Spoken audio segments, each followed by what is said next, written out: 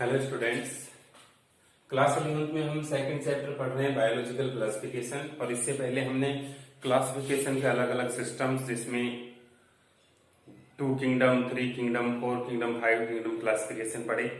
उनके क्राइटेरिया क्या क्या यूज किए गए थे क्लासिफाई करने के लिए लिविंग ऑर्गेनिजम्स को, वो पढ़े। उनके ड्रॉबैक पढ़े। और लास्ट में जो क्लासिफिकेशन सिस्टम था वो था 5 kingdom classification by R.H. Whittaker.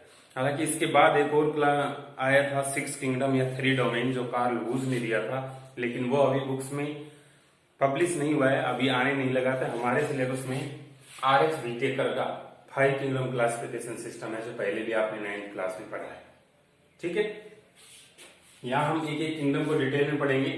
मैं यहाँ एक्सप्लेन करूंगा, ये नोट्स नहीं है, ये सिर्फ एक्सप्लेन करने के लिए मैंने लिखे हैं। आपको नोट्स बनाने हैं जो मैं भेजूंगा उसमें से। ठीक है, नोट्स में आप ध्यान रखें, मोस्ट ऑफ दी पॉइंट्स तो लिखे हुए हैं, वही कॉपी करने हैं क्योंकि इंपॉर्टेंट चीजें ही लिखी हुई है। लेकिन कुछ ऐसी चीजें भी हैं जो अवॉइड की जा सकती हैं या फिर 2-3 लाइनों को ब्रीफ करके एक लाइन में भी किया जा सकता है। ठीक है, लेकिन ऐसा नहीं है कि आप छोड़ देंगे, कोई भी पॉइंट छोड़ने का नहीं है। देखिए, किंगडम मोनेरा, मैंने लास्ट लेक्चर में ये भी बताया था कि एक और वीडियो लेक्चर जो मैं सेंड कर रहा हूं उसमें से आप R.H. व्हिटेकर की टेबल जरूर बना लें। आपने बना ली होगी, नहीं बनाई है तो 9th क्लास में डाइवर्सिटी का लेक्चर है वो, और उसमें देखकर आप वो टेबल पहले बना लें ताकि आपको ओवरऑल एक समरी पता चल जाएगी कि 5 किंगडम के नॉर्मल 5 कैरेक्टर्स और 2 एग्जाम्पल्स क्या क्या है। ठीक है, यहाँ पर हम किंगडम मोनेरा स्टार्ट कर रहे हैं। उस टेबल में आप ये देखेंगे, मोनेरा सभी प्रोकैरियोटिक ऑर्गेनिज्म है, यूनिसेलुलर होते हैं, ऑटो या हेटेरोट्रोफिक न्यूट्रिशन से वो करते हैं, एसेक्सुअल रिप्रोडक्शन करते हैं मोस्टली, और मोस्ट प्रिमिटिव ऑर्गेनिजम्स हैं। मतलब इस अर्थ पर सबसे पुराने ओल्ड टाइप के जो ऑर्गेनिजम्स हैं वो मोनेरन्स हैं। Example bacteria, mycoplasma, archaebacteria, cyanobacteria and actinomycete, ये सभी प्रोकैरियोटिक ऑर्गेनिजम्स के एग्जाम्पल्स हैं। उसके बाद हेडिंग डालेंगे आप जनरल कैरेक्टर्स, आपको नोट्स में से ही बनाने हैं सारे। सेल वॉल के बारे में सुन लीजिए। मोनेरा में cell wall most of the organisms में प्रेजेंट होती है, माइकोप्लाज्मा में सेल वॉल एब्सेंट होती है।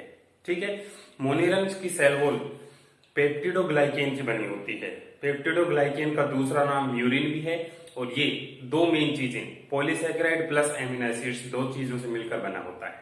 पॉलीसेकेराइड एक कार्बोहाइड्रेट है और एमिनो एसिड प्रोटीन से बनते हैं। ये दोनों जुड़ने से पेप्टिडोग्लाइकेन बनता है जो कि मोनेरन्स में सेल वॉल का फॉर्मेशन करता है। No membrane bound cell organelles, membrane bound cell organelles जैसे Golgi body, nucleus, endoplasmic reticulum, ये सभी एब्सेंट होते हैं मोनेरन्स में। न्यूट्रिशन सैप्रोफाइटिक हो सकता है जिसमें ऑर्गेनिजम्स डिकेइंग ऑर्गेनिक मैटर पर ग्रो करती हैं। पैरासाइटिक, दूसरे ऑर्गेनिजम्स की बॉडी पर। सिम्बायोटिक, 2 ऑर्गेनिजम्स एक साथ रहकर, जैसे राइजोबियम बैक्टीरिया का symbiosis root nodules of legumes से है, तो उस तरह का न्यूट्रिशन भी होता है। ऑटोट्रोपिक न्यूट्रिशन 2 टाइप का होता है, या तो वो लाइट की प्रेजेंस में फूड बनाए या फिर वो किसी केमिकल कन्वर्जन से फूड बनाए। जैसे एनवायरमेंटल नाइट्रोजन को फिक्स करके उसके कंपाउंड्स में कन्वर्ट करने के प्रोसेस को हम नाइट्रोजन फिक्सेशन बोलते हैं। तो वो organisms, prokaryotic organisms nitrogen fixation क्यों कर रहे हैं? क्योंकि एक से दूसरे केमिकल में कन्वर्जन करने से उनको एनर्जी मिलती है उनका फूड बनाने के लिए। तो ऑटोट्रोपिक न्यूट्रिशन 2 टाइप का है, न्यूक्लियोइड और इंसिपिएंट न्यूक्लियस। मतलब उनका जो जेनेटिक मटेरियल होता है वह वेल ऑर्गेनाइज्ड भी नहीं होता और उसके चारों ओर मेम्ब्रेन भी नहीं होती, इसलिए उसको इंसिपिएंट न्यूक्लियस या न्यूक्लियोइड बोलते हैं। सिर्फ एक बड़ा सा सर्कुलर डीएनए है जो साइटोप्लाज्म में ऐसे ही पड़ा रहता है। ठीक है, amitotic binary fission, most of the monerals, मतलब मोनेरल्स में सबसे main mode of reproduction asexual reproduction का बाइनरी फिजन है। ये आपने पढ़ा हुआ है अमीबा में। अमीबा मोनेरल नहीं है, लेकिन उसी तरह बैक्टीरिया में भी बाइनरी फिजन होता है जिसमें एक पेरेंट सेल डिवाइड करके 2 डॉटर ऑर्गेनिजम्स का फॉर्मेशन करती है। ये एक एमाइटोसिस टाइप का सेल डिवीजन है। मैंने आपको बताया था माइटोसिस, मियोसिस और एमाइटोसिस। माइटोसिस और एमाइटोसिस लगभग सेम है, बस माइटोसिस में जब जेनेटिक मटेरियल यानी कि क्रोमोसोम सेपरेट होते हैं तो स्पिंडल फाइबर बनते हैं। एमाइटोसिस में स्पिंडल फाइबर नहीं बनते, सिर्फ पेरेंट न्यूक्लियस ऐसे पिंच ऑफ होके 2 डॉटर न्यूक्लियाई का फॉर्मेशन कर देता है। ठीक है, तो बाइनरी डिवीजन में इसी तरह होता है, अमीबा में भी और बैक्टीरिया में भी। Some have ability to fix atmospheric nitrogen, जैसे मैंने अभी बताया था आपको कि chemoautotrophic organisms monerans atmospheric nitrogen को उसके कंपाउंड्स में कन्वर्ट करते हैं। इस प्रोसेस को नाइट्रोजन फिक्सेशन बोलते हैं, जिससे उनका फूड बनता है। ठीक है, ये हो गए जनरल कैरेक्टर्स। उसके बाद इसमें मेन ग्रुप हैं, उनको हम डिटेल में पढ़ेंगे। सबसे पहले है बैक्टीरिया। बैक्टीरिया मोनेरा के सोल मेंबर्स हैं, मतलब मैक्सिमम मेंबर्स मोनेरा के बैक्टीरिया ही हैं। और बैक्टीरिया में ये सारे कैरेक्टर तो प्रेजेंट होते ही हैं। ठीक है, ये आपको दोबारा लिखने की जरूरत नहीं है। जो स्पेशल कैरेक्टर्स हैं, आप जब नोट्स बनाएंगे तो ये वाले कैरेक्टर रिपीट हों वो तो लिखना मत, और जो नई चीजें आ रही है वो सारी नोट डाउन करेंगे। बैक्टीरिया हैव यूनिवर्सल अकरेंस, इसका मतलब they occur in air, water, soil and extreme habitats. Air में भी, वाटर में भी, सॉइल में भी, एक्सट्रीम हैबिटेट्स में भी, बॉडी के ऊपर भी, किसी ऑर्गेनिज्म की बॉडी के ऊपर भी प्रेजेंट हो सकते हैं और बॉडी के अंदर भी प्रेजेंट हो सकते हैं। इसका मतलब इनकी एग्जिस्टेंस यूनिवर्सल है, हर जगह प्रेजेंट होते हैं। Most have plasmid. प्लाज्मिड मैंने आपको बताया था कि प्रोकैरियोटिक सेल में मेन जेनेटिक मटेरियल जो न्यूक्लियोइड है उसके अलावा एक और सर्कुलर डीएनए प्रेजेंट होता है जिसको प्लाज्मिड बोलते हैं। जिन बैक्टीरिया में प्लाज्मिड होता है उनको एडिशनल प्रॉपर्टी प्रोवाइड होती है कि उनमें कुछ एंटीबायोटिक्स का इफेक्ट उन पर नहीं होता और वो एंटीबायोटिक्स की प्रेजेंस में भी सर्वाइव कर सकते हैं। ठीक है, simplest organisation but extensive metabolic activity. Organisation बहुत सिंपल है। प्रोकैरियोटिक ऑर्गेनिज्म में यूनिसेलर, एक ही सेल में सारी एक्टिविटीज होती है, लेकिन टाइप ऑफ मेटाबॉलिक रिएक्शंस मतलब वैरायटी ऑफ रिएक्शन इनमें सबसे ज्यादा है मोनेरा के अंदर। ये ध्यान रखना, यूं नहीं है कि छोटी सेल है तो उसमें मेटाबॉलिक रिएक्शन भी 2-4 टाइप की। मेटाबॉलिक रिएक्शंस लाखों टाइप की है। सेल और ऑर्गेनाइजेशन बिल्कुल सिंपल टाइप का है। साइज 1 to 10 mm जो कि प्रोकैरियोटिक सेल की साइज की रेंज है, ये तो लेंथ हो गई, और 0.7 से 1.5 mm ये विड्थ हो गई। शेप, बैक्टीरिया की शेप मेन 4 टाइप की होती है। कोकस मतलब राउंड शेप, बिल्कुल सर्किल के फॉर्म में। बेसिलस मतलब रोड शेप।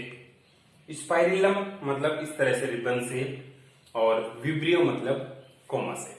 ठीक है, तो चारों ही टाइप के बैक्टीरिया के एक एक एग्जाम्पल में बोल रहा हूं, जो नोट्स में नहीं हो तो आप ऐड कर लेना, इनको अलग अलग लाइन में लिखना शेप्स को।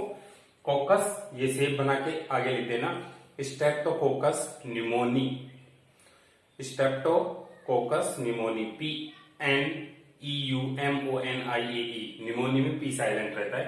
Bacillus lactobacillus. Spirillum रोडोस्पाइरिलम, RHODO रोडोस्पाइरिलम। और विब्रियो विब्रियो कोलेरी, जो कि कोलेरा डिजीज करता है। ठीक है, 4 मेन शेप्स हैं। स्ट्रक्चर प्रोकैरियोटिक सेल, उसके बाद आपको डायग्राम जो दिया हुआ है नोट्स में वो बनाना है। एक प्रोकैरियोटिक सेल के जैसा ही होगा, क्योंकि बैक्टीरिया खुद मोनेरा का ही मेंबर है, तो इसमें सारे प्रोकैरियोटिक वाले ही कैरेक्टर्स हों।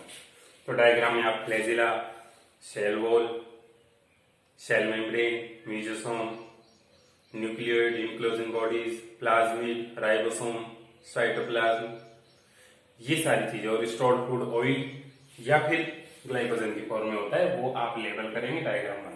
ठीक है, उसके बाद है न्यूट्रिशन। बैक्टीरिया में न्यूट्रिशन 2 टाइप का होता है, ऑटोट्रोपिक और हेटेरोट्रोपिक। तो आप ऑटोट्रोपिक न्यूट्रिशन मतलब type of nutrition in which bacteria make their own food. अपने फूड का फॉर्मेशन जब बैक्टीरिया खुद करते हैं तो वो ऑटोट्रोपिक होते हैं। 2 टाइप के ऑटोट्रोप्स मैंने आपको बताया, कीमोऑटोट्रोप्स और फोटोऑटोट्रोप्स। इनमें फोटोसिंथेसिस के लिए जो पिगमेंट होता है उसको बोलते हैं बैक्टीरियोक्लोरोफिल। ये ध्यान रखना कि प्रोकैरियोट्स में फोटोसिंथेसिस करने के लिए क्लोरोप्लास्ट प्रेजेंट नहीं हो सकता, क्योंकि क्लोरोप्लास्ट एक डबल मेम्ब्रेनस स्ट्रक्चर है, और प्रोकैरियोटिक ऑर्गेनिजम्स में डबल मेम्ब्रेन की कोई भी स्ट्रक्चर प्रेजेंट नहीं होती है। तो ऑटोट्रोपिक न्यूट्रिशन में, कीमोऑटोट्रोप में तो आप नाइट्रोजन फिक्सेशन करने वाला कोई बैक्टीरिया लिख सकते हैं, या साइन बैक्टीरिया लिख सकते हैं, कोई भी बैक्टीरिया मान लीजिए राइजोबियम। और फोटोऑटोट्रोपिक में आप एग्जांपल लिख देंगे green sulphur and purple sulphur bacteria. ठीक है, आप नोट्स को बहुत अच्छे से, जो मैं समझा रहा हूं उसको आप बहुत अच्छे से समझे, पहले पूरा वीडियो अच्छे से देखकर समझे, फिर नोट्स बनाएं और फिर वापस से ये देखें और नोट्स में देखें कि क्या चीज है जो मैंने एक्स्ट्रा बताई है। तो वो पेज के टॉप पर या साइड में जहां भी जगह है वो आप मेंशन जरूर करें। ठीक है, नोट्स सिर्फ कॉपी करना ही नहीं होता है, उसको समझना भी होता है। वीडियो सिर्फ देख कर यूं नहीं कि भाई देख लिया और हमारा काम हो गया, इसको अच्छे से समझे। ठीक है, हेट्रोट्रोपिक में ऑर्गेनिजम्स डिपेंड करेंगे दूसरे ऑर्गेनिजम्स पर, जैसे तीनों टाइप के मैंने बता दिए थे, सेप्रोफाइटिक, पैरासाइटिक, सिम्बायोटिक। ठीक है, एक एक एग्जांपल इनका बता देता हूं, अगर नोट्स में नहीं हो तो हेट्रोट्रोपिक न्यूट्रिशन डाल के ये तीनों टेबुलर फॉर्म में लिख देना, इनकी डेफिनेशन लिख दें, और सेप्रोफाइटिक में लिख देना थायोबैसिलस, THIO थायो, फिर बेसिलस। पैरासाइटिक में विब्रियो कोलेरी पैरासाइट है, डिजीज करता है, और सिम्बायोटिक में राइजोबियम। ठीक है, जरूर मेंशन करें जो एग्जांपल्स मैं आपको बता रहा हूं। उसके बाद न्यूट्रिशन कंप्लीट हो जाएगा, सबकी डेफिनेशन और एग्जांपल पूरा नोट्स में दिया हुआ है, वो बनाना है। उसके बाद रिप्रोडक्शन। बैक्टीरिया में रिप्रोडक्शन दो टाइप का होता है, एसेक्सुअल भी होता है और सेक्सुअल भी होता है। एसेक्सुअल रिप्रोडक्शन का मतलब क्या है, जिसमें सिंगल पेरेंट इन्वॉल्व हो, और सबसे कॉमन एग्जांपल मैंने बताया था बाइनरी फिजन होता है सभी प्रोकैरियोट्स में, ये माइटोसिस है। तो बाइनरी फिजन में पेरेंट जो बैक्टीरिया है वो डिवाइड करके दो डॉटर बैक्टीरिया का फॉर्मेशन करेगा, और वो दो डॉटर बैक्टीरिया नई ऑर्गेनिज्म में डेवलप होंगे। एसेक्सुअल में ही दूसरा मोड है endospore formation, ENDOSPORE, endospore formation. Heading डालकर आप लिखेंगे during unfavourable environmental conditions, notes में दिया हुआ है, unfavourable environmental conditions some bacteria form resistant structure around them. एक कवरिंग बना लेते हैं, हार्ड कवरिंग। अगर टेम्परेचर ज्यादा हो, बाहर pH ज्यादा हो, तो अपने चारों ओर हार्ड कवरिंग बनाकर इनएक्टिव स्टेज में पड़े रहते हैं। जब तक फेवरेबल कंडीशन आएंगे तब तक उस तरह रहेंगे, और फिर वापस से नए बैक्टीरिया की फॉर्म में ग्रो होंगे। इस प्रोसेस ऑफ एसेक्सुअल रिप्रोडक्शन को एंडोस्पोर फॉर्मेशन बोलते हैं। दो एग्जांपल लिख देना आप, बेसिलस और क्लोस्ट्रीडियम बैक्टीरिया, जो नोट्स में दिए हुए हैं। उसके बाद सेक्सुअल रिप्रोडक्शन। ये तो आपको पता है कि सेक्सुअल रिप्रोडक्शन में दो पेरेंट्स की रिक्वायरमेंट होती है, लेकिन यहां पर बैक्टीरिया में सेक्सुअल रिप्रोडक्शन थोड़ा सा अलग है। थोड़ा सा अलग इसलिए कि बैक्टीरिया में सेक्सुअल रिप्रोडक्शन का मतलब ये नहीं होगा कि गैमेट बने, फिर गैमेट ट्रांसफर हो, फिर फर्टिलाइजेशन से जाइगोट बने, जाइगोट से एम्ब्रियो बने, और एम्ब्रियो से नई ऑर्गेनिज्म बने। ये तो मल्टीसेलुलर ऑर्गेनिज्म्स के लिए है। तो यहां पर सेक्सुअल रिप्रोडक्शन का मतलब क्या है, सिंपल आप एक चीज याद रखेंगे, sexual reproduction in bacteria means transfer of genetic material और इट्स पार्ट। या तो जेनेटिक मटेरियल में या तो न्यूक्लियोइड है, या फिर डीएनए एक्स्ट्रा क्रोमोसोमल है, वो प्लाज्मिड है। प्लाज्मिड या न्यूक्लियोइड का कोई भी पार्ट एक से दूसरे बैक्टीरिया में अगर ट्रांसफर होता है तो उसको हम बैक्टीरिया में सेक्सुअल रिप्रोडक्शन बोलते हैं। ठीक है, ट्रांसफर ऑफ जेनेटिक मटेरियल और DNA part from one bacterium to another is called sexual reproduction in bacteria. Sexual reproduction in bacteria is of three types, conjugation, transformation and transduction. ठीक है, इनको मैं अभी एक्सप्लेन करता हूं तीनों को। ओके, देखें।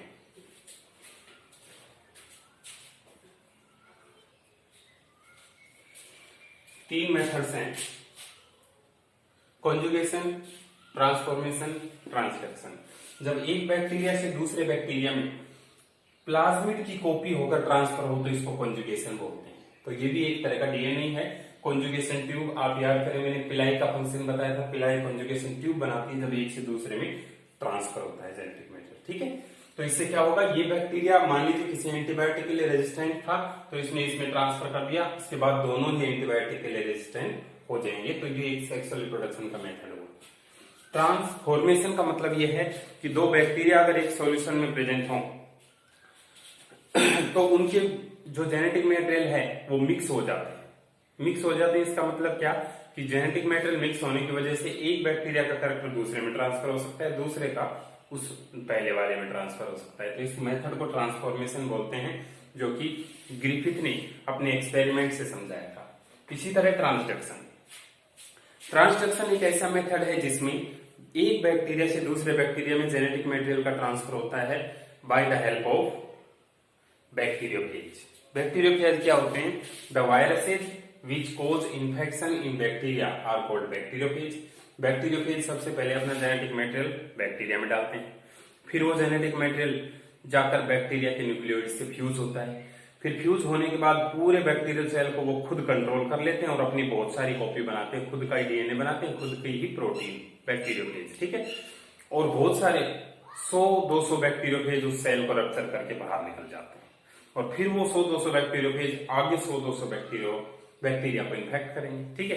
तो इस प्रोसेस में क्या हुआ कि जेनेटिक मटेरियल उसके बैक्टीरिया का डीएनए उसमें इंसर्ट हुआ और फिर खुद की कॉपी बनाकर वापस से बैक्टीरियोफेज में पैक हुआ। तो इस मेथड के दौरान कुछ डीएनए या पार्ट, बैक्टीरिया का डीएनए या पार्ट बैक्टीरियोफेज यानी कि वायरस में पैक हो जाता है और वो वायरस जाके फिर और बैक्टीरिया में ट्रांसफर करता है अपना डीएनए, तो इसका डीएनए उसमें ट्रांसफर हो गया इनडायरेक्टली। तो इस मेथड को हम बोलते हैं ट्रांसडक्शन। तो 3 मेथड्स हैं सेक्सुअल रिप्रोडक्शन इन बैक्टीरिया, ठीक है।